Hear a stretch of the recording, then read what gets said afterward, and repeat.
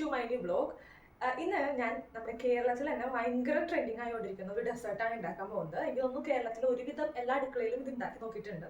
അപ്പോൾ ഞാൻ ഉണ്ടാക്കിയപ്പോൾ ഞാൻ വിചാരിച്ചു നമുക്ക് ഒരു വീഡിയോ എടുക്കാമെന്ന്. വേറെ ഒന്നുമല്ല, നമ്മുടെ ലാലേട്ടൻ്റെ ഫേവറേറ്റ് ഡെസേർട്ടാണ്.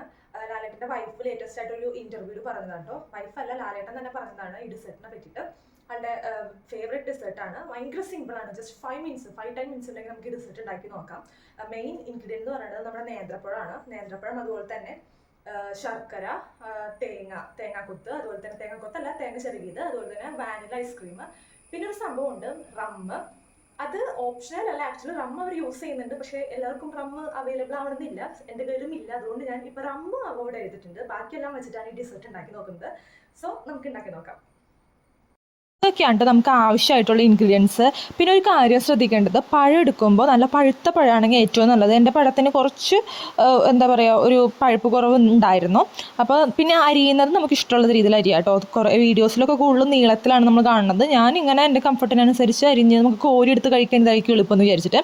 അപ്പോൾ ഗീ അല്ലെങ്കിൽ ബട്ടർ ഏത് വേണമെങ്കിലും യൂസ് ചെയ്യാം. ഞാൻ നല്ല നെയ്യിൽ ആദ്യം ഈ പഴം ഇട്ടിട്ട് നന്നായിട്ട് വാട്ടിയെടുക്കുക. നല്ല അത്യാവശ്യം നന്നായിട്ട് കുറച്ച് നേരം വാട്ടിയെടുക്കുക. അത് കഴിഞ്ഞിട്ട് ഒന്നല്ലെങ്കിൽ ശർക്കര പൊടിച്ചിടുക. അപ്പോൾ ഞാൻ എളുപ്പത്തിന് പെട്ടെന്നാവാൻ വേണ്ടിയിട്ട് ശർക്കര കുറച്ച് പാനിയാക്കിയിട്ട്, അതിങ്ങനെ ശർക്കര പാനിയായിട്ട് വെച്ചിട്ടുണ്ടായിരുന്നു, അത് ഇതിലേക്ക് ഒഴിച്ച് നന്നായിട്ട് ഇളക്കി കൊടുക്കുകയാണ് കേട്ടോ ഈ ചെയ്യുന്നത്.